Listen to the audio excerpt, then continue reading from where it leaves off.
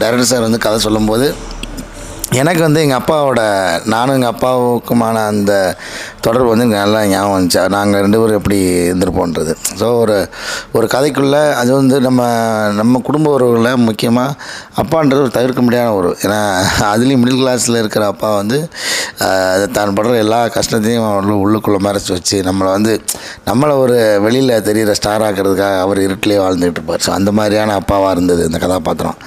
So அது ஓரளவுக்கு உண்மைக்கு நெருக்கமாக பண்ண ட்ரை பண்ணோம் அப்படின்னு பண்ணது. அது இன்றைக்கி வந்து ஆடியன்ஸுக்குமே அது வந்து எல்லோரும் அது வந்து எங்கள் அப்பாவை பார்த்த மாதிரி இருக்குது அப்படின்னு ஒரு சொந்தம் கொண்டாடி இந்த படத்தை வந்து அவங்களே இன்னும் நிறைய அந்த வேடப்போகத்தில் இந்த படத்தை வந்து பெரிய அளவில் பிரச்சாரம் பண்ணிகிட்டு இருக்குது. ரொம்ப மகிழ்ச்சியாக இருக்குது. ஏன்னா அது திரும்ப திரும்ப பார்க்குறாங்க. அது வந்துட்டு ஒரு தடவை தனியாக வந்து பார்த்துட்டு திரும்ப ஃபேமிலியோடு வந்து பார்க்குறாங்க. ரொம்ப மகிழ்ச்சியாக இருக்குது. ஏன்னா ரொம்ப நாள் ஆச்சு.